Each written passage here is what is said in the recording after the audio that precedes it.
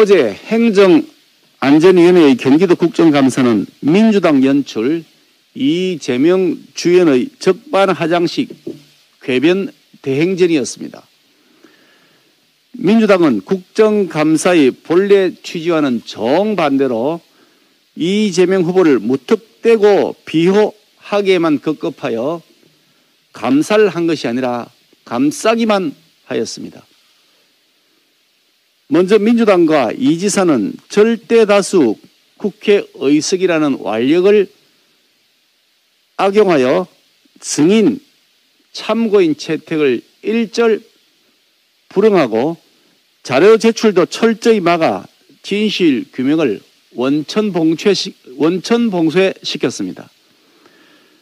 거기에다가 서영교 행안위원장은 위원장으로서의 최소한의 중립성도 지키지 않은 채 이재명 후보에게 잘 보이기 위한 것인지는 몰라도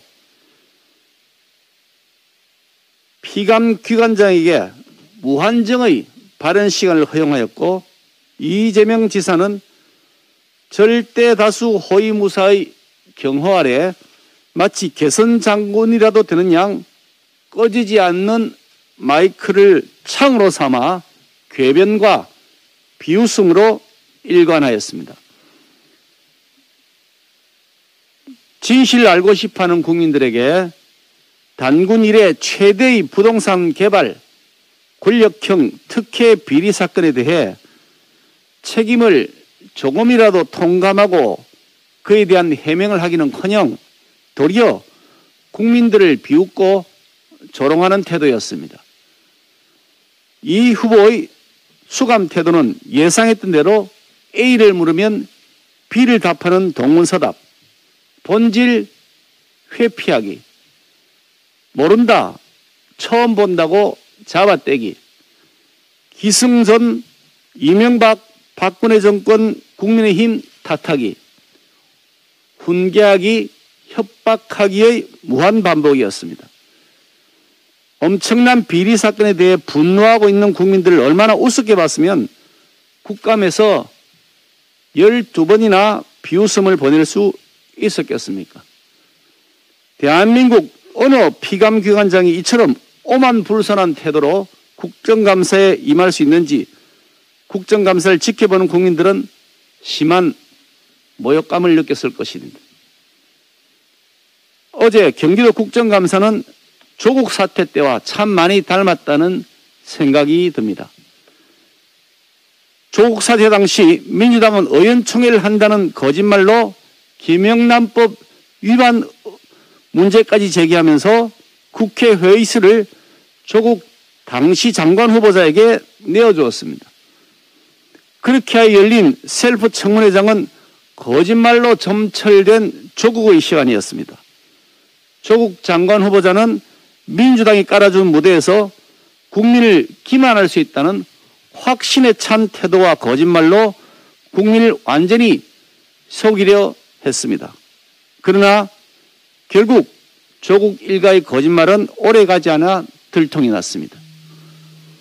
조국 전 장관이 청문회 당시 자녀의 진단서 대신에 페이스북 캡처본을 대체하는 등 자료 제출에 매우 불성실했던 이유가 거짓을 덮기 위함이었듯이 이재명 후보가 사생활, 자치행정 운운하면서 핵심 자료 제출을 거부한 것 역시 이와 다를 바 없었다고 봅니다.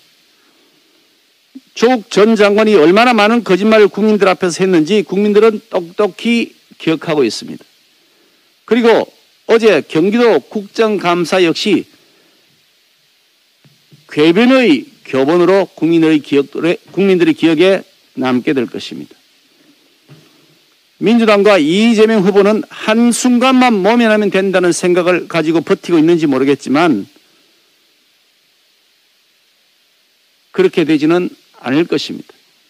성남시 고문 변호사를 맡았던 검찰총장의 지휘하에 검찰은 성남시장실과 성남시장 비서실은 쏙 뺀 채 헐리우드 액션을 하면서 구색 맞추기 신용수사만 하고 있지만 국민적 심판에 직면할 것임을 다시 한번 경고합니다. 우리 국민들은 현명하고 절대 속지 않습니다. 이미 데이터에 의해서 그것이 증명되고 있습니다. 대장동 게이트의 몸통이 누군지 국민들이 잘 알고 있다는 것이 여론조사 통계로 드러나고 있습니다. 최근 여론조사를 보면 국민의 56.7%는 이재명 게이트라고 생각하고 있다는 것이고, 대장동 사건에 대해 특검 국정조사가 필요하다고 찬성하는 여론은 무려 73%에 이릅니다. 민주당의 전방위적 조력과 비호로 특검을 지연시킬 수 있을지는 모르지만 국민의 정권 교체 열망은 그만큼 더 커질 것입니다. 송영길 민주당 대표가 이재명의 당선도 새로운 정권이라고 하는 얄팍한 속임수, 궤변을 늘어놓는다고 하여 국민들이 속을 줄로 생각한다면 커다란 오판입니다.